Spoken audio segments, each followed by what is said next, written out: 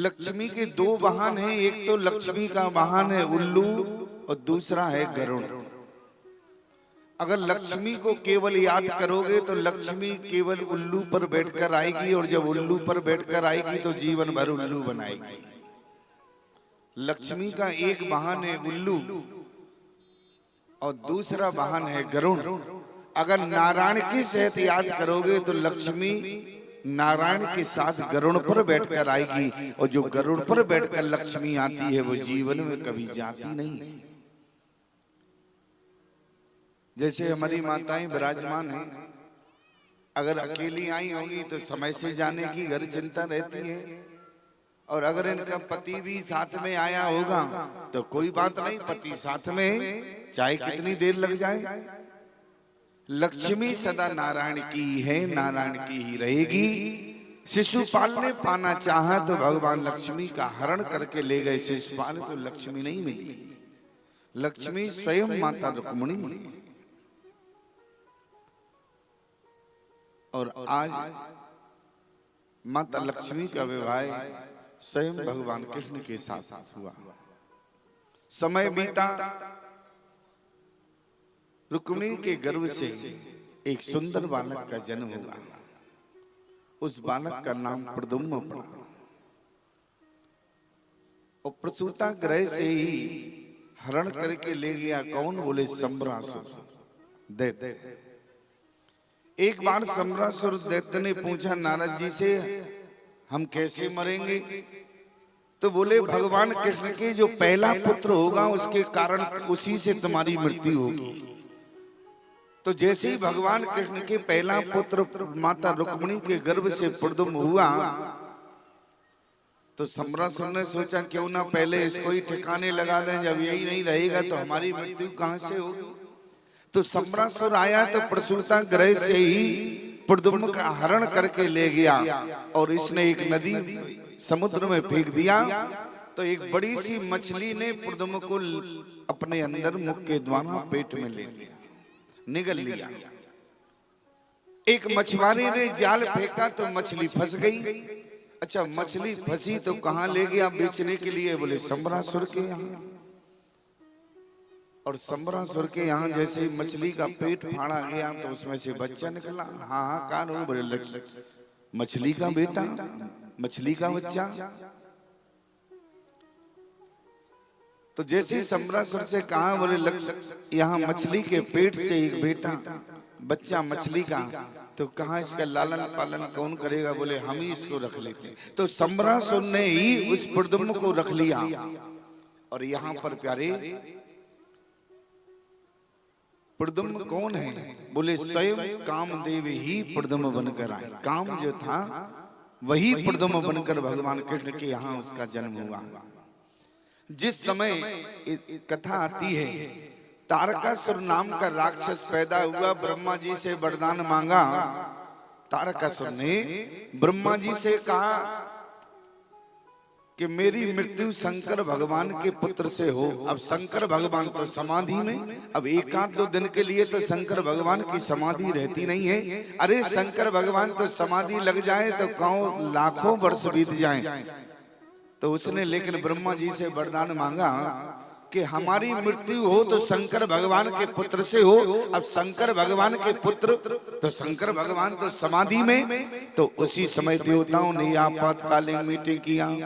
बोले शंकर भगवान की समाधि को भंग करना चाहिए। सारे देवता बोले कौन जाएगा? कोई जाने को तैयार नहीं हुआ। तो कामदेव से कहा, बोले तुम चले जाओ। कामदेव कहने लगा, बोले हमें क्यों बलि का बकरा बनाना चाहते हो? अरे शंकर भगवान को जानते हो? कामदेव को जबरदस्ती भेजा गया। कामदेव ने कहा अगर जगत की हित की बात है तो मैं जाने को तैयार हूँ। और जैसे वहां पर काम पहुंच गया, आम के वृक्ष पर बैठ गया और शंकर भगवान के ऊपर 5 बाण छोड़े। और जब 5 बाण छोड़े शंकर भगवान के ऊपर असर नहीं हुआ। अरे सौरभ पल्लम मदन बिलोका। आज जैसे काम ने आम पर बैठकर देखा तो शंकर भगवान ने क्या किया, अरे तब शिव तीसर नयन उघारा, तब शिव तीसर नयन उघारा, तब शिव तीसर नयन उघारा, तब शिव तीसर नयन उघारा, चितवत काम भयो जर छारा, चितवत काम भयो जर छारा, चितवत काम भयो जर छारा, भयो सब छारा। काम को जला के भस्म कर दिया। काम की पत्नी है रति दौड़कर आई शंकर भगवान के सामने रोने लगी, आपने हमारे पति को जला दिया। शंकर भगवान ने कहा चिंता मत करो देवी, जब यदुवंश के अवतारा, जब यदुवंश के अवतारा, हो यो हरण महामहिवारा, हो हरण महामहिवारा, कृष्ण तनय हो यही पति तोरा, कृष्ण तनय हो पति तोरा, बचन अन्यथा होए नमोरा, बचन अन्यथा होए नमोरा। आज वही कामदेव माता रुक्मिणी के गर्भ से प्रद्युम्न बनकर आए और सम्रासुर हरण करके ले गया और हरण करके मछली को खिला दिया। और मछली जब मछुआरा बीच ने जाल फेंका तो वही मछली जब जाल में फंस गई तो सम्रासुर के यहाँ ही बेचने को ले गया। देखो तुलसी जसी भवत पिता, अरे तैसे मिले सहाय, ओ आपने आवे ताए पे, ओ ताए ताले जाए। जीवन में जो भावई होती है ना वो अपने आप आ जाती है। क्यों भावई आती है कि तुम भावई तक पहुंच जाते हो। अरे जो होनी होती है ना, होनी तुम्हारे पास नहीं आती, तुम्हें होनी वही ले जाती है। तुलसी जैसे भवित पिता तैसे मिले सहाय, आप न आवे ताए में, ओ ताए ताले जाए। अगर होनी होगी ना, होनी तुम्हारे पास नहीं आएगी, होनी ही तुम्हें उस स्थान पर ले जाएगी। अब देखो प्रद्युम्न वही पहुंच गया। नारद जी ने कहा रति आ गए तुम्हारे पति। कहा? बोले सम्रासुर के यहाँ। और रति तुरंत एक दासी का वेश बनाकर आई, सम्रासुर के दरबार में कहने लगी मुझे काम चाहिए। बोले काम तो है देवी, हमारे यहाँ एक बेटा है, उसका लालन पालन करना होगा। अब रति रही तो उसका लालन पालन करने लगी। अब कामदेव उनके पति हैं प्रद्युम्न, और जैसे ही प्रद्युम्न उसने ऐसी अच्छी देखभाल की, प्रद्युम्न जल्दी ही बड़े लगने लगे।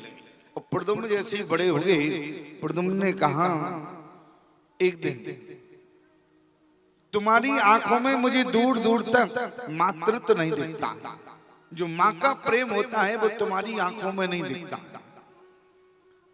तुम्हारी आंखों में तो कामनी जैसी भावना दिखती है। तो रति ने कहा बोली सच बताएं, ना तो मैं तुम्हारी माँ हूं, ना ये सम्रासुर तुम्हारा पिता है। बोले फिर? पूरी बात बताई। तुम तो भगवान कृष्ण और रुक्मिणी के बेटा हो, और इसने तो तुम्हें मछली को खिला दिया था, लेकिन देखो होनी वहीं लेकर तुम्हें आई। मैं तुम्हारी माँ नहीं हूं, सच में तो मैं तुम्हारी पत्नी रति हूं। और जैसे ही प्रद्युम्न ने सुना, बोली ये तो तुम्हारा शत्रु है। प्रद्युम्न को क्रोध आ गया, यही मुझे मेरी माता पिता से अलग किया। प्रद्युम्न को क्रोध आया और हाथ में गदा लेकर सम्रासुर के सामने पहुंचे और उसके युद्ध के लिए ललकारा। बोले तुमने मुझे बचपन में मेरे माता पिता से अलग किया है। क्रोध आ गया और सम्रासुर ने कहा तुम कौन हो बेटा, कैसी बात कर रहे? बोले बेटा नहीं, मुझे पहचानो मैं कौन हूँ, मैं उसी कृष्ण का लाल हूँ और तुम्हारा काल हूँ। सम्रासुर बोला अरे ये तो हमारी ही नाक के नीचे पल रहा था। और देखो, और आज सम्रासुर को भी क्रोध आ गया। दोनों के बीच में युद्ध हुआ और युद्ध में प्रद्युम्न ने सम्रासुर का संहार कर दिया प्यारे। और आज जैसे ही संहार किया अपने पति रति को लेकर द्वारका में पहुंच गए प्रद्युम्न। और द्वारका में जैसे ही पहुंचे माता रुक्मिणी ने जैसे ही देखा तो रुक्मिणी का तो वात्सल्य उमड़ पड़ा, माँ का वात्सल्य उमड़ पड़ा। और वहां जितनी रानियों ने देखा प्रद्युम्न का चेहरा जो है द्वारकाधीश भगवान कृष्ण से मिलता था, तो जितनी रानियों ने देखा सबने तो इन्हें द्वारकाधीश ही समझा। लेकिन रुक्मिणी का जब वात्सल्य उमड़ पड़ा तो वो समझ गई मेरा बेटा भी होता तो इतना ही बड़ा होता। यही तो माँ की ममता है। अगर बचपन में कभी बेटे को कहीं कुछ अगर होनी हो जाए प्यारे तो माँ जीवन भर अपने लाल के लिए रोती है। और किसी के बेटे को भी देखे अगर मेरा आज बेटा होता तो इतना ही बड़ा होता। आज रुक्मिणी ने कहा अगर मेरा बेटा होता तो ऐसा ही लग रहा होता, इतना ही बड़ा होता। वहां से प्रद्युम्न ने कहा कि मैया मैं ही आपका बेटा हूं। आज रुक्मिणी ने कहा बेटा, इतने में भगवान कन्हैया आ गए और माता रुक्मिणी ने पूछ दिया प्रद्युम्न से ये कौन है तुम्हारे साथ में? बोली ये हमारी पत्नी रति है। रुक्मिणी बोली माँ बेटा गया सो गया लेकिन पत्नी को भी लेकर आया, दोनों को गोद में बैठा लिया। बादशाह उमड़ पड़ा और वहां पर भगवान कृष्ण का आना हुआ। भगवान कृष्ण ने कहा रुक्मिणी किसको गोद में बैठाए हो?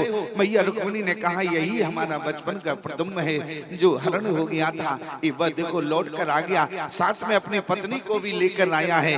कन्हैया ने कहा किसी को भी अपना बेटा मान लेती है? कन्हैया बेटा मानने को तैयार नहीं। इतने में नारद जी आ गए। नारद जी ने सारी बात बताई। तब कन्हैया ने द्वारकाधीश ने प्रद्युम्न को अपना बेटा स्वीकार किया। अच्छा एक बात बताओ, वो तो भगवान है सब जानते हैं, लेकिन इसके बाद नारद जी के कहने पर स्वीकार क्यों किया? क्योंकि रामा अवतार में धोबी के कहने पर माता सीता को राम ने वनवास दे दिया था। और याद रखना प्यारे, अगर वहां आज भगवान ऐसा ना करते, क्योंकि सीता की अग्नि परीक्षा तो हो गई, लेकिन राम जी ने कुछ नहीं कहा। लोगों ने यही कहा अरे किसने देखा अग्नि परीक्षा हुई। और यहाँ पर अगर नारद जी के कहने के अनुसार सबको विश्वास हो गया, भगवान का यही मतलब था। नहीं तो लोग यही कहेंगे किसी को भी अपना बेटा बना लिया, क्या गारंटी कि प्रद्युम्न तुम्हारा बेटा है। आज नारद जी ने कहा तो सबको विश्वास हो गया। क्यों? झूठे ना हो ये देव ऋषि वाणी, झूठे ना हो ये देव ऋषि वाणी, झूठे ना हो ये देव ऋषि वाणी, झूठ न होए देव ऋषि वाणी, झूठ ना होए देव ऋषि वाणी, झूठ न होए देव ऋषि वाणी, झूठ न होए देव ऋषि वाणी, झूठ न होए देव ऋषि वाणी। नारद जी की बात झूठी नहीं हो सकती। नारद जी ने कहा सबको विश्वास हो गया। यहाँ राजा परीक्षित ने कहा कि सुखदेव जी महाराज से आपने कहा कि अभी अभी प्रद्युम्न आए और सारी भगवान कृष्ण की जितनी पटरानियां रानी पटरानियां थी उनको कृष्ण ही समझ रही थी। आपने तो हमें शंकर यहाँ पर भगवान के एक ही विवाह की चर्चा की,